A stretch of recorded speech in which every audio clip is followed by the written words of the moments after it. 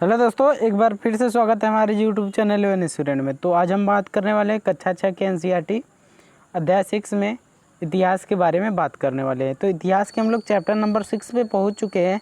नए प्रश्न और नए विचार इस पाठ का नाम है और इस अध्याय में हमको क्या क्या पढ़ना है इसके बारे में भी हम आपको यहाँ पे बताते चलते हैं। तो यहाँ पे हमको जो सबसे पहला टॉपिक पढ़ना है बौद्ध धर्म के बारे में, उसके बाद हम लोग देखेंगे उपनिषद, फिर उसके बाद जैन धर्म के बारे में देखेंगे और उसके बाद संघ विहार। और इतना ही हम लोग को इस पूरे पाठ में पढ़ना है। बौद्ध धर्म, जैन धर्म, उपनिषद, संघ विहार, ये सभी क्या होते हैं। इसमें बौद्ध धर्म के बारे में हम देखेंगे तो गौतम बुद्ध के बारे में, जैन धर्म के बारे में देखेंगे तो उसमें महावीर स्वामी जो कि 24वें तीर्थंकर थे, बहुत इंपॉर्टेंट क्वेश्चन बनता है। और इसमें उपनिषद के बारे में देखेंगे कि आखिरकार उपनिषद का अर्थ क्या होता है और उपनिषद का जब काल था तो इसमें क्या क्या हुआ था। और संघ के बारे में देखेंगे कि इस समय का संघ कैसा था।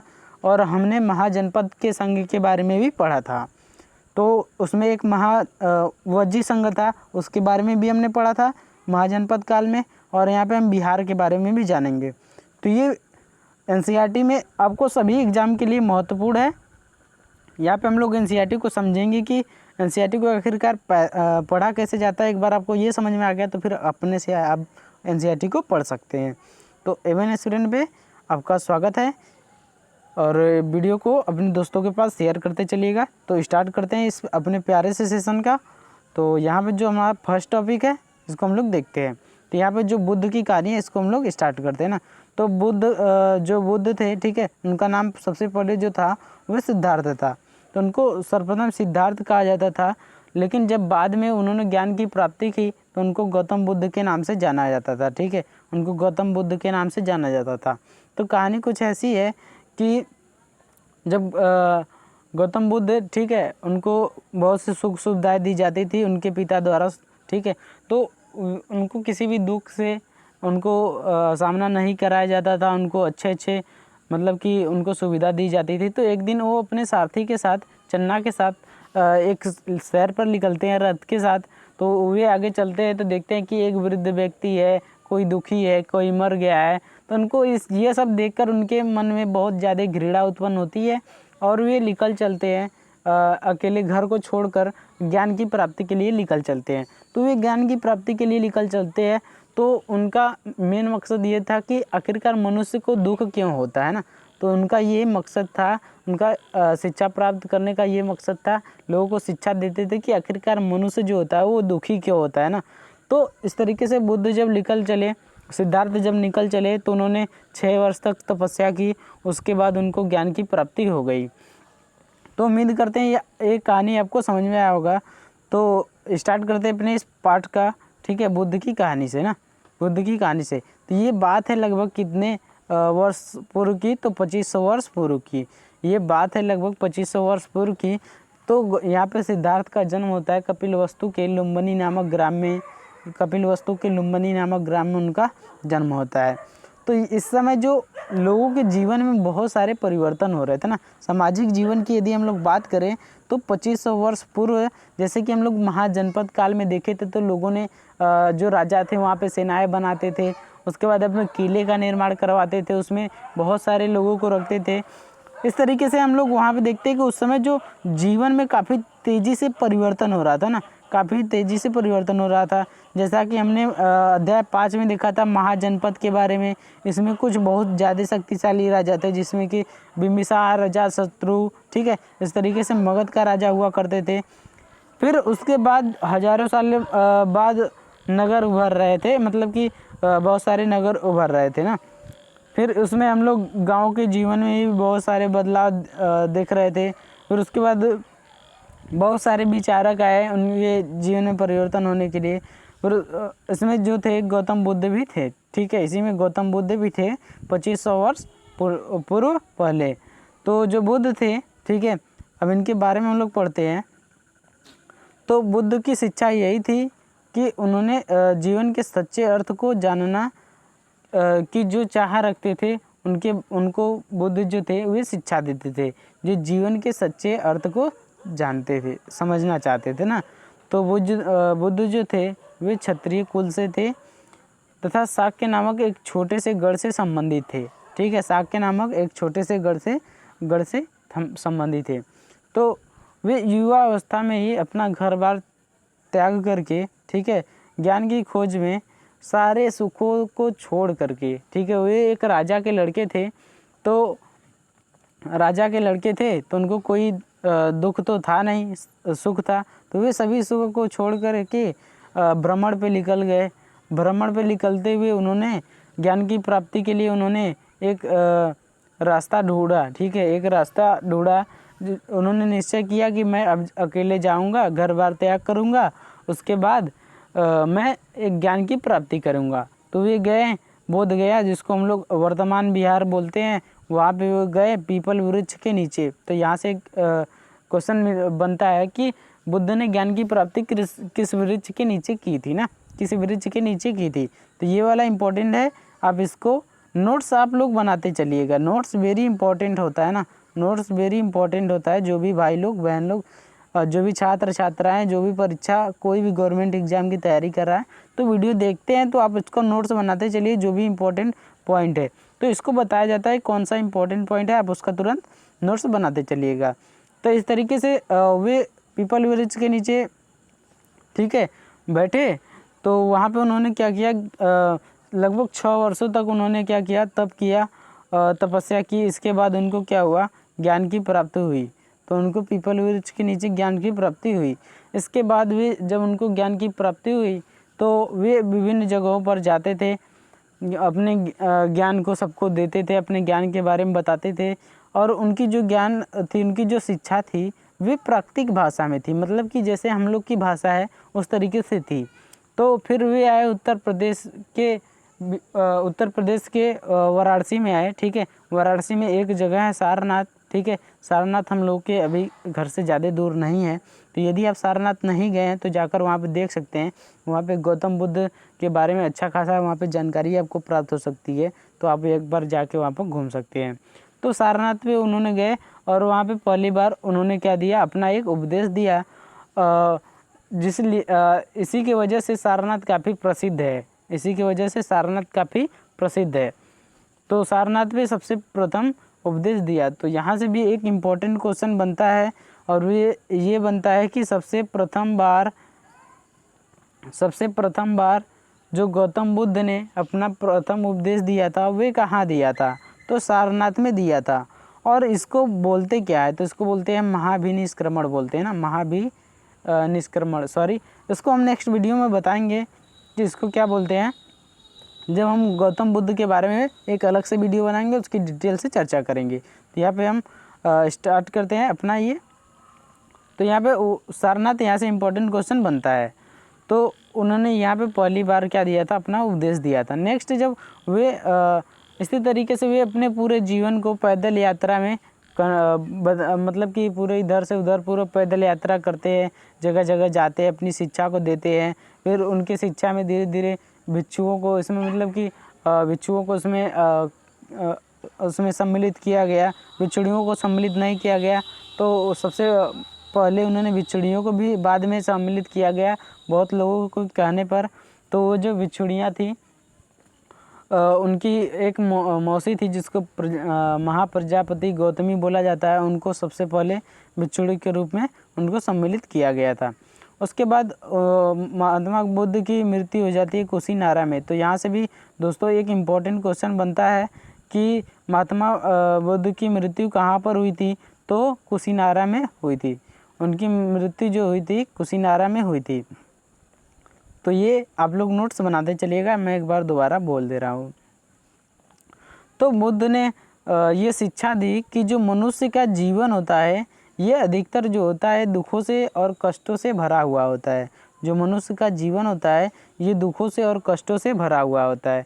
तो ये दुखों और कष्टों से इसलिए भरा होता है क्योंकि जो मनुष्य होता है उसकी लालसा बहुत होती है, उसकी इच्छा बहुत होती है।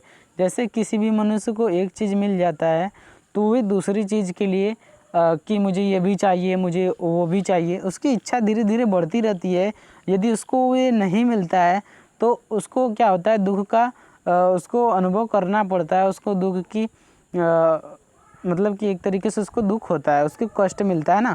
तो ये इच्छा और लालसा के कारण होता है। तो बुद्ध ने आगे बताया कि यदि किसी मनुष्य को दुख और कष्ट से उसको मतलब कि मतलब कि संतुष्टि चाहिए, मतलब कि उसको छुटकारा चाहिए, दुख और कष्ट से उसको छुटकारा चाहिए, तो उसे आत्मसंयम अपनाना होगा। उसे क्या अपनाना होगा? आत्मसंयम अपनाना होगा। आत्मसंयम के सहारे भी अपने दुखों और कष्टों को दूर कर सकता है। तो वे आत्मसंयम के सहारे क्या कर सकता है? उसे दूर कर सकता है ना, उसे क्या कर सकता है? दूर कर सकता है। अब उन्होंने महात्मा बुद्ध ने ये भी शिक्षा दी कि लोगों को दयालु होना चाहिए। लोगों को दयालु होना चाहिए प्रत्येक मनुष्य के प्रति और जानवरों के प्रति। मतलब यदि कोई मनुष्य मतलब किसी दुखी में है तो उसको सहायता करनी चाहिए और जानवरों को भी सहायता देनी चाहिए। किसी भी जानवरों को मारना नहीं चाहिए, उनको भोजन खिलाना चाहिए। इस तरीके से जो महात्मा बुद्ध थे उन्होंने गौतम बुद्ध थे, उन्होंने बोला कि आदमी को क्या होना चाहिए? मनुष्य को दयालु होना चाहिए। और ये दयालुता का भाव मनुष्य के प्रति और जानवरों के प्रति, दोनों के प्रति होना चाहिए। और उनके जीवन का आदर भी करना चाहिए, ऐसा भी उन्होंने शिक्षा दिया था। और उन्होंने ये भी बोला था कि जो हमारे कर्म होते हैं इसका परिणाम चाहे अच्छे हो या बुरे हो, ठीक है, मतलब मनुष्य के जो परिणाम होते हैं, चाहे उसके जो कर्म होते हैं, चाहे अच्छे हो चाहे बुरे हो, वर्तमान जीवन के साथ तथा बाद के जीवन को भी प्रभावित करता है। मतलब आप जब वर्तमान जीवन में जीवन यापन कर रहे हैं उसको भी प्रभावित करेगा आपका कर्म, और जब आप मर जाएंगे तो उसके बाद का भी कर्म उसको निर्धारित करेगा कि आपका जो व्यवहार है वो कैसा था। और महात्मा बुद्ध ने ये जो सभी सारी शिक्षा दी थी ये प्राकृतिक भाषा में दी थी, ताकि लोगों को इसको पढ़ने में आसानी हो और उसको समझने में आसानी हो, ताकि जो सामान्य लोग होते हैं उनको भी ये संदेश समझ सके। नेक्स्ट हम लोग जो इसमें देखने वाले हैं, आप जैसा कि यहाँ पे एक स्तूप देख सकते हैं, ये सारनाथ में बनाया गया स्तूप है। आप जाएंगे जब सारनाथ में तो वहाँ पे देखेंगे ये सारनाथ में बनाया गया स्तूप है। तो ये काफ़ी पुराना हो चुका था, तो इसको बाद में इसका संशोधन किया गया। अभी आप जब सारनाथ में जाएंगे तो ये वो क्या है, ये न्यू वर्जन वाला, ठीक है, ये इस समय वाला क्या है, स्तूप है। तो उस समय वाले जो स्तूप था उसका फिर से क्या किया गया है, पुनर्निर्माण किया गया है उस वाले स्तूप का। इस तरीके से ये काफ़ी फेमस है ना, काफ़ी ऊंचा भी है ये, अब जाकर वहाँ पे देख सकते हैं सारनाथ में। तो ये स्तूप बनाया गया था, ठीक है, बौद्ध धर्म के द्वारा। आगे हम लोग देखते हैं, बुद्ध ने कहा था, ठीक है, बुद्ध ने जब उन्होंने शिक्षा दी थी अपना, तो बुद्ध ने कहा था कि लोग शिक्षा इसलिए ग्रहण नहीं करें कि उनको मतलब किसी को स्वीकारना है, लेकिन उनका उपदेश ये होना चाहिए कि वे शिक्षा को अपने विवेक से समझे कि ये हमारे लिए कैसे महत्वपूर्ण है ना। किसी भी शिक्षा को वो ये समझे कि ये हमारे लिए कैसे महत्वपूर्ण है, इसके आधार पर वे समझे। तो यदि आप यहाँ से एक क्वेश्चन और बनता है कि एक अशोक, जिसके बारे में भी हम लोग आगे वाले चैप्टर में पढ़ने वाले हैं, इसके नेक्स्ट चैप्टर में अशोक के बारे में पढ़ेंगे। तो सम्राट अशोक थे ना, उन्होंने बौद्ध धर्म को ग्रहण किया था, और बौद्ध धर्म को उन्होंने जब ग्रहण किया था तो उन्होंने एक स्तूप का निर्माण करवाया था, जिसको हम लोग बोलते हैं सांची का स्तूप। जिसको हम लोग क्या बोलते हैं, सांची का स्तूप बोलते हैं जी, ठीक है, सांची का स्तूप बोलते हैं। ये स्तूप आधुनिक मध्य प्रदेश में स्थित है। ये स्तूप जो है आधुनिक कहाँ पे स्थित है, मध्य प्रदेश में स्थित है। तो यहाँ से भी एक इम्पॉर्टेंट क्वेश्चन बन जाता है, इसको भी आप लोग नोट्स में लिखते चलिएगा। इसका यहाँ से भी क्या बनता है, एक इम्पॉर्टेंट क्वेश्चन बनता है। तो यहाँ से हम लोग बौद्ध धर्म में इतना ही देखेंगे। नेक्स्ट जब हम वीडियो बनाएंगे तो उसमें बौद्ध धर्म के बारे में पूरी डिटेल होगी कि बौद्ध धर्म को किन किन राजाओं ने ग्रहण किया था, और कौन से राजा ऐसे थे जो बौद्ध धर्म को मानते थे, कौन ऐसे थे जो जैन धर्म को मानते थे। इस तरीके से कुछ क्वेश्चन पूछे जाते हैं। तो अभी हम उपनिषद के बारे में बात करते हैं। तो उपनिषद का अर्थ ये होता है कि अपने गुरु के समीप बैठना ना, अपने गुरु के समीप बैठकर ज्ञान की प्राप्ति करना। तो जिस समय गौतम बुद्ध जी उपदेश दे रहे थे, उसी समय जो थे बहुत सारे जो चिंतक थे वे कठिन प्रश्नों का उत्तर ढूंढने का प्रयास कर रहे थे कि आखिरकार मृत्यु के जीवन के बारे में सभी लोग जानने की इच्छा रख रहे थे कि आखिरकार मृत्यु के जीवन के बाद की उपयोगिता क्या होती है, या उसके बारे में जानने के लिए बहुत उत्सुक थे। तो अधिकांश जो चिंतक थे, ठीक है, उपनिषद काल के में जो अधिकांश जो चिंतक थे उनका ये मानना था कि जो हमारा जीवन है, ठीक है, वे विश्व में कुछ तो ऐसा है जो स्थायी है ना, कुछ तो ऐसा है जो स्थायी है। उन्होंने ये बताया कि जो हमारा जीवन है ये मृत्यु के बाद भी बचा रहता है। उन्होंने बताया कि जो हमारा जीवन है ये मृत्यु के बाद भी बचा रहता है। आगे इन्होंने बताया कि जो हमारा इसका मतलब कि जो ये बोले कि मृत्यु के बाद जीवन बचा रहता है, इसका वर्णन ये है, इसका मतलब ये है कि जो आत्मा और ब्रह्मा है ये दोनों सार्वभौम आत्मा के रूप में रहता है, ये दोनों सार्वभौम आत्मा के रूप में रहता है। अर्थात वे मानते हैं कि आत्मा तथा ब्रह्मा एक ही है। तो यहाँ से दोस्तों एक इम्पॉर्टेंट क्वेश्चन बन जाता है, यहाँ से एक इम्पॉर्टेंट क्वेश्चन बन जाता है, आप लोग इसको भी नोट्स में बनाते चलिएगा। यहाँ से भी एक इम्पॉर्टेंट क्वेश्चन बनता है, यहाँ से पूछता है कि उपनिषद में इनमें से कौन सा कथन सही है। तो इसमें से एक कथन आपको यहाँ से दे देता है कि आत्मा तथा ब्रह्मा एक ही है, ठीक है, आत्मा तथा ब्रह्मा एक ही है। ये सूक्त कहाँ का है, उपनिषद का है। इस तरीके से आपको क्वेश्चन देता है ना, तो इसको आप लोग नोट्स में बनाते चलिएगा। तो ऐसे बहुत से विचारक थे। तो बाद में इन्होंने क्या किया, उपनिषद का संकलन हुआ। उपनिषद जो है ये उत्तर वैदिक ग्रंथों का हिस्सा थे ना। उपनिषद का अर्थ होता है गुरु के समीप बैठना, गुरु के समीप बैठना। अध्यापक और विद्यार्थियों के बीच इसमें बातचीत का संकलन किया गया है।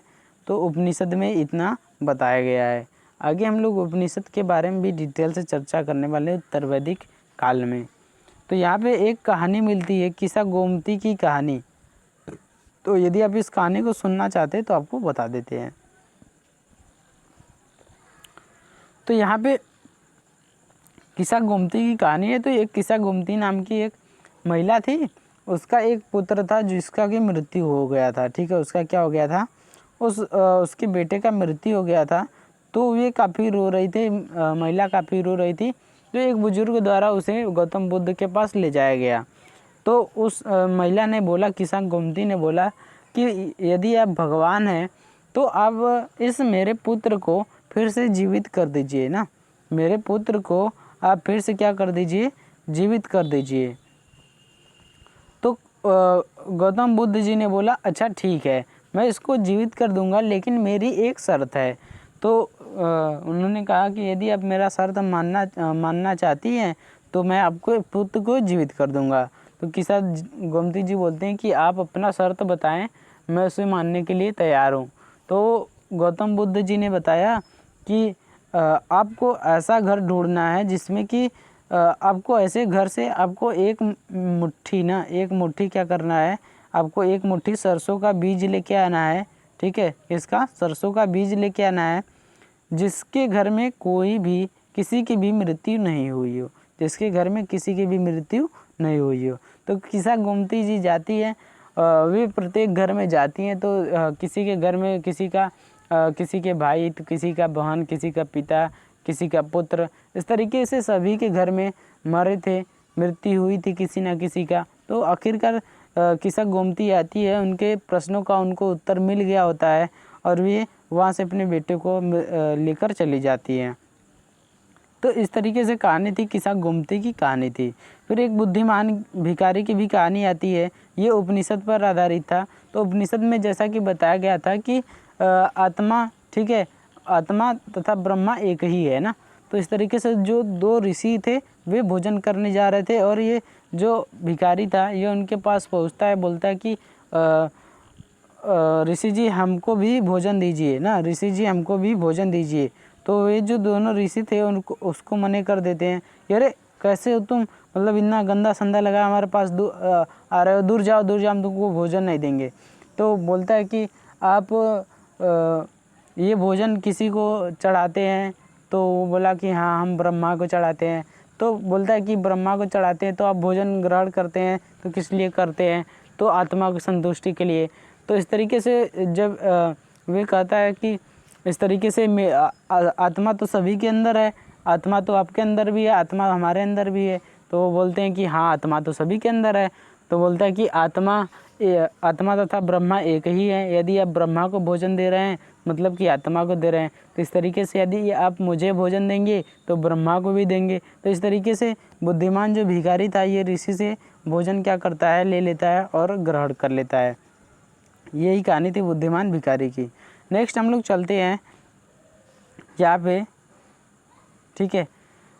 अब जो ये चर्चाएं थी, ठीक है, इसमें जो भाग लेते थे इसमें पुरुष ब्राह्मण थे, राजा होते थे, कभी कभी इसमें गार्गी जैसी स्त्री विचारक भी इनमें शामिल होती थी ना। इनमें जो उपनिषद है इनमें कौन कौन भाग लेते थे, पुरुष ब्राह्मण थे, राजा थे, और इसमें गार्गी जैसी स्त्री भी थी जो कि भाग लिया करती थी। लेकिन इसमें जो निर्धन थे ये कभी हिस्सा नहीं लेते थे ना, कम ही हिस्सा लेते थे। इसमें प्रसिद्ध जो सत्यकाम जाबाल है ये भी हिस्सा लिए थे। इसमें सत्य जिनने, ठीक है, सत्य की तीव्र जिज्ञासा हुई थी उसको यहाँ पे बताया गया है। गौतम नामक एक ब्राह्मण थे, उन्होंने विद्यार्थी रूप को स्वीकार किया था और इसमें कुछ बताया नहीं गया है। हम लोग आगे चलते हैं। तो यहाँ पे व्याकरणविद पढ़नी के बारे में सुनते हैं ना। तो पढ़नी जो थे ये विद्वान थे, ये प्रसिद्ध विद्वान थे। तो पढ़नी ने संस्कृत भाषा के व्याकरण की रचना की थी। तो यहाँ से भी एक इम्पॉर्टेंट क्वेश्चन बनता है कि संस्कृत भाषा के व्याकरण की खोज किसने की थी। तो भाई साहब इसको किसने की थी, पाणिनि ने की थी, सॉरी पाणिनि ने की थी। आगे हम देखते हैं जैन धर्म के बारे में। तो जैन धर्म के जो 24वें तीर्थंकर थे जिनको हम लोग बोलते हैं महावीर स्वामी, क्या बोलते हैं, महावीर स्वामी बोलते हैं, ये 24वें तीर्थंकर थे। यहाँ से क्वेश्चन पूछा जाता है कि महावीर स्वामी जैन धर्म के कौथे तीर्थंकर थे। तो 24वें तीर्थंकर थे। तो ये भी बात है लगभग 2500 वर्ष पूर्व की। जैन धर्म के 24वें तीर्थंकर महावीर स्वामी अपने विचारों का प्रसार किए। अब ये जो महावीर स्वामी थे ये वज्जी संघ के लिच्छवी कुल के क्षत्रिय राजकुमार थे। इन्होंने 30 वर्ष की आयु में घर को छोड़ दिया था, अपने घर को छोड़ दिया था और ये जंगलों में रहने लगे थे। लगभग 12 वर्षों की तपस्या के बाद इनको एकाकी जीवन व्यतीत करने के बाद इनको क्या हुआ था, ज्ञान की प्राप्ति हुई थी। इनको क्या हुई थी, ज्ञान की प्राप्ति हुई थी। उनकी भी शिक्षा क्या थी, सरल थी। सत्य जानने की इच्छा रखने वाले प्रत्येक स्त्री पुरुष को अपने घरों को त्याग कर देना चाहिए। अहिंसा के नियमों का कड़ाई से पालन करना चाहिए। किसी भी जीव को न तो कष्ट देना चाहिए और न ही हत्या करनी चाहिए। महावीर का कहना था कि सभी जीव जो हैं वे जीना चाहते हैं। यह इनकी क्या थी, शिक्षा थी। महावीर ने अपनी शिक्षा जो थी ये प्राकृतिक भाषा में थी। तो यहाँ पे जो इम्पोर्टेंट यहाँ पे क्वेश्चन बनता है कि महावीर की शिक्षा किस भाषा में थी, पाली, ब्राह्मी, इस तरीके से कुछ आ जाएगा। तो प्राकृतिक भाषा में इन्होंने दी थी। तो जनसाधारण के लिए प्राकृतिक भाषा पढ़ने के लिए आसान हो जाता है, सुनने में आसान हो जाता है, इसलिए उन्होंने प्राकृतिक भाषा में दी। और जो मगध में एक बोली जाने वाली भाषा थी प्राकृतिक और मागधी भाषा थी। इस तरीके से हम लोग आगे चलते हैं। तो महावीर स्वामी थे, ठीक है, उन्होंने अपने अनुयायी के लिए भोजन के लिए उन्होंने बोला कि आप एक दिन में, ठीक है, भिक्षा मांग सकते हैं। यदि आपको मिला तो भी ठीक है, नहीं मिला तो भी ठीक है, ठीक है, आपको दुखी नहीं मिला तो आपको दुखी नहीं होना है। इस तरीके से उन्होंने बताया कि व्यक्ति को ईमानदार होना चाहिए, चोरी नहीं करनी चाहिए और ब्रह्मचर्य का पालन करना चाहिए। पुरुषों को सभी जो वस्त्रों को सही त्याग कर देना चाहिए। इस तरीके से जैन शब्द का हम लोग अर्थ देखेंगे। तो जैन शब्द का अर्थ होता है जीन, जिसका अर्थ होता है विजेता ना, जिसका अर्थ होता है विजेता होता है, ठीक है, विजेता होता है। तो यहाँ पे जो अधिकतर तो जैन धर्म के जो अधिकतर नियम थे बहुत सारे व्यक्तियों को कड़े नियमों का पालन करना बहुत कठिन था, लेकिन जो हजारों व्यक्ति थे वे उनकी जीवन शैली को मानते थे और उनको उनके जीवन को क्या करते थे, उनकी शिक्षा को अपनाते थे और अपने घरों को छोड़ देते थे। लेकिन यदि वो घरों को छोड़ रहे हैं तो उनमें से बहुत से भी ऐसे भिक्षु भिक्षुणी थे जो घर पर रह के उनके शिक्षा को ग्रहण करते थे, उनके मार्गदर्शन करते थे।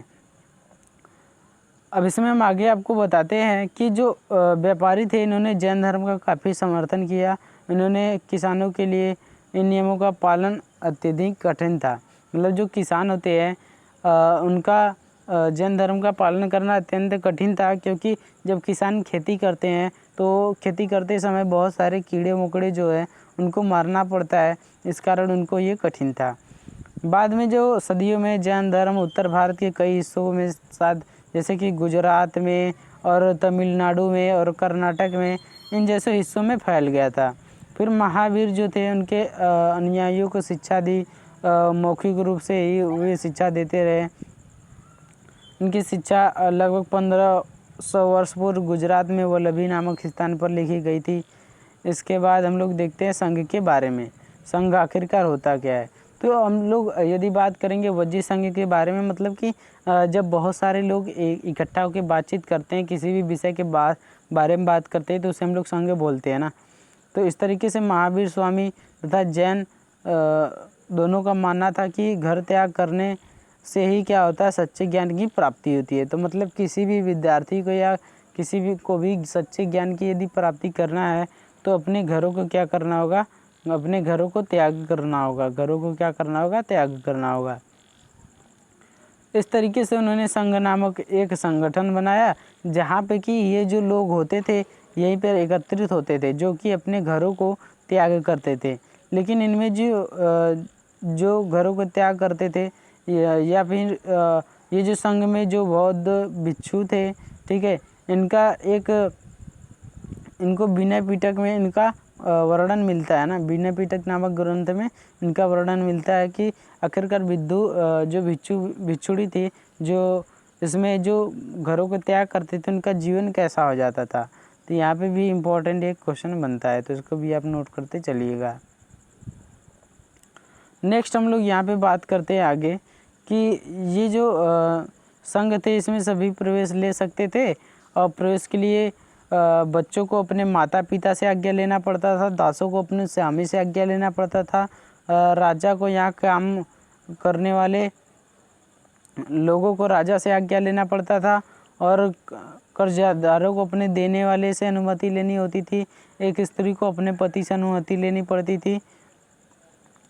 इस तरीके से संघ में जो पुरुष थे वे सादा जीवन व्यतीत करते थे। अधिकांश जो उनका समय था वे अधिकांश समय उनका ध्यान करने में बीतता था। फिर वे जाकर गांव-गांव जाकर भिक्षा मांगते थे, और जो भिक्षा मिलता था वो भिक्षु भिक्षुणी जो थे साधु भिखारी के लिए कहा गया, वे आम लोगों को क्या देते थे, भिक्षा देते थे, जिसके बदले में ये जो भिक्षु भिक्षुणी थे उनको क्या, आम लोगों को क्या करते थे, ये शिक्षा देते थे कि आखिरकार जीवन को कैसे यापन किया जाना चाहिए। अब ये जो संघ था इनमें ब्राह्मण, क्षत्रिय, व्यापारी, मजदूर, नाई, गणिकाएँ, दास शामिल थे। इनमें बुद्ध की शिक्षाओं के बारे में कोई लिखते थे, और कोई जीवन के विषय सुंदर के बारे में लिखते थे, कोई कविताओं के बारे में लिखते थे। इसमें जैसा कि हम देख सकते हैं बिहार के बारे में हम लोग पढ़ने वाले हैं। तो बिहार एक लकड़ी के द्वारा बनाया जाता था, या बहुत सारे गुफाओं के द्वारा बनाया जाता था। तो इसमें बिहार में ये जो राज्य बिहार होता है इसके बारे में हम लोग नहीं पढ़ने वाले हैं। इसमें लकड़ियों के द्वारा जो भिक्षु भिक्षुणी थे उनके रहने के लिए एक स्थान बनाया जाता था, उसी को बिहार बोला जाता था। तो जैन तथा बौद्ध भिक्षुओं को पूरे साल एक स्थान से दूसरे स्थान पर घूमते थे, लेकिन जब बरसात आती थी तो उनको एक ही जगह पर रहना पड़ता था, उनको जीवन यापन करना कठिन हो जाता था। तो इस समय अनुयायियों द्वारा उद्यानों पर बनवाए गए अस्थायी निवास में से अथवा पहाड़ी क्षेत्रों की गुफाओं में से रहते थे। अभी जो लोग होते थे, ठीक है, ये जो लोग होते थे इन सभी कुछ ईंटों का प्रयोग होता था, उसमें कुछ लकड़ी का प्रयोग होता था। इन्हीं को बिहार बोला जाता था ना, जो कि शरणा स्थल बनवाए जाते थे जहाँ पर भिक्षु भिक्षुणी रहते थे।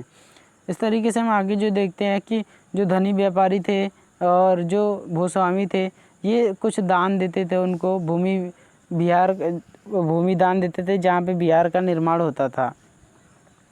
जो भिक्षु भिक्षुणियाँ थी वे भोजन वस्त्र दवाइयाँ लेकर आते थे, बदले में भिक्षु भिक्षुणी उनको क्या करते थे, शिक्षा देते थे। आगे आने वाली शताब्दी में बौद्ध धर्म उपमहाद्वीपों में हिस्सा लेने वाले बाहरी क्षेत्रों तक फैल गए थे। तो इस तरीके से हम देखते हैं कि इसी समय आगे चलते हैं तो यहाँ पे आश्रम व्यवस्था का निर्माण यहाँ पे स्टार्ट हो जाता है, जिसमें कि ब्रह्मचर्य आश्रम, गृहस्थ आश्रम, वानप्रस्थ आश्रम तथा संन्यास आश्रम, ये सभी आश्रम के बारे में हमको बताया जाता है कि प्रत्येक व्यक्ति के जीवन को 100 वर्ष मानकर, प्रत्येक व्यक्ति के जीवन को कितने 100 वर्ष मानकर उनको 25-25 वर्ष में उनको विभाजित किया गया था। पहला जो 1 वर्ष से 25 वर्ष का समय था, इसको ब्रह्मचर्य आश्रम के नाम से जाना जाता है। इसमें जो व्यक्ति होता था इसमें शिक्षा ग्रहण करता था, पूजा तब करता था ना, ब्रह्मचर्य आश्रम में इसको यही करवाया जाता था। नेक्स्ट उसके बाद जब गृहस्थ आश्रम आता था तो उसमें उसको विवाह संबंधी संस्कार से गुजरना पड़ता था, जिसके बाद वे गृहस्थ जीवन को यापन करता था। गृहस्थ आश्रम उसको बोला जाता था। उसको क्या करना था, उसको गृहस्थ आश्रम बोला जाता था ना। उसको विवाह से कर गृहस्थ आश्रम के रूप में होना था। उसके बाद हम लोग वानप्रस्थ आश्रम के बारे में बात करेंगे। तो वानप्रस्थ आश्रम में जंगल में रहकर साधनों की यात्रा करनी होती थी। उन्हें सब कुछ त्याग कर सन्यासी बन जाना होता था। फिर आश्रम व्यवस्था में लोगों को जीवन का कुछ हिस्सा त्याग करने के बल दिया जाता था। संन्यास वाले आश्रम में बोला जाता था कि आप घर को त्याग करिए, आप जंगलों में जाकर रहिए, दिन में एक बार भोजन भिक्षा मांगिए, दिन में एक बार भोजन ग्रहण कीजिए और उसमें पूजा तब आप कीजिए ना। फिर स्त्रियों को वेद पढ़ने की अनुमति नहीं थी। यहाँ पे स्त्रियों की दशा में आ जाएगा कि उस समय आश्रम व्यवस्था में स्त्रियों को वेद पढ़ने की अनुमति थी तो नहीं थी उस समय। उसके बाद उन्हें अपने पतियों द्वारा दिए गए नियमों का पालन करना पड़ता था। इस तरीके से हम यदि अन्यत्र की बात करेंगे तो अन्यत्र भी काफ़ी इसमें भी जानकारी मिलती है। तो ईरान है, ठीक है, पाकिस्तान, फिर अफ़गानिस्तान के बगल में ईरान है। तो वहाँ पे एक ईरानी पैगंबर थे, ठीक है, उन्होंने जिसका नाम था जरथुस्त्र, ठीक है, जरथुस्त्र। उन्होंने जेद औंस्ता नामक एक ग्रंथ मिलता है, उन्होंने इस भाषा वर्णित रीति रिवाज, वेदों की भाषा, रीति रिवाज काफ़ी मिलते जुलते थे जरथुस्त्र के इस भाषा का। उन्होंने इस सूत्र का मतलब कि विचार बताया, मतलब कि दिया कि सद्विचार, सद्वचन, सद्कार्य, हे ईश्वर बल सत्य प्रधानता तथा सत्य विचार प्रदान कीजिए जिनके जरिए हम शांति बना सके। यदि हम कुछ महत्वपूर्ण तिथियों के बारे में इसमें बात करने वाले हैं तो उपनिषदों के विचारक जैन धर्म तथा बौद्ध धर्म का लगभग समय जो था ये 2500 वर्ष पूर्व था। जैन ग्रंथों का जो लेखन हुआ था ये 1500 वर्ष पूर्व हुआ था। नेक्स्ट हम लोग इसमें उपयोगी शब्द जो देखते हैं, तृष्णा देखते हैं, मतलब कि जो लालची होता है इसके लिए यूज किया गया था। प्राकृतिक भाषा में जैन ग्रंथ और बौद्ध ग्रंथ दोनों को शिक्षा दी गई थी। आत्मा जो होता है इसी को आत्मा और ब्रह्मा एक ही होता है। उसके बाद ब्रह्मा भी एक ही होता है। उपनिषद मतलब गुरु के समीप बैठना। जैन में महावीर स्वामी के बारे में हमने देखा, अहिंसा मतलब किसी भी जीव को कोई कष्ट नहीं पहुंचाना। उसके बाद भिक्षु मतलब जो कि भिक्षा मानते थे। संघ मतलब जिसमें कि बहुत सारे लोग एक संघ में बैठकर कुछ कार्यों को संपूर्ण करते थे। उसमें राजनीतिक युद्धों के बारे में बात किया जाता था, उसमें अपने राज्य को कैसे अच्छा बनाया जाए उसके बारे में बात किया जाता था। उसके बाद हमने बिहार के बारे में भी देखा कि आखिरकार बिहार होता क्या है। तो बिहार में हमने देखा कि जो शरणा स्थल होता है भिक्षु भिक्षुणियों के लिए, वो बिहार में होता है। फिर उसके बाद हमने आश्रम व्यवस्था में 4 आश्रमों के बारे में देखा। तो यहाँ पे जो था, अब इसके बाद हम लोग क्वेश्चन आंसर के बारे में बात करेंगे। तो बुद्ध ने लोगों को अपने विचार का प्रसार करने के लिए किन किन बातों पर जोर दिया। तो वे चाहते थे कि लोग ये जाने कि आखिरकार दुखों और कष्टों से कैसे दूर रहा जा सकता है, ठीक है, और उन्होंने अच्छे अच्छे उपदेश दिए थे। और यहाँ पे हमको सही और गलत का निशान बताना। तो बुद्ध ने पशु बलि को बढ़ावा दिया, तो ये गलत बात है कि बुद्ध ने पशु बलि को बढ़ावा दिया था। बुद्ध द्वारा प्रथम उपदेश कहाँ दिया गया था जी? सारनाथ में दिया गया था, ऐसा हमने आपको बताया था थोड़ा वक्त पहले। फिर हमने नेक्स्ट यहाँ पे देखते हैं कि बुद्ध ने शिक्षा दी कि कर्म ही हमारे जीवन पर कोई प्रभाव नहीं पड़ता। ये गलत बात है।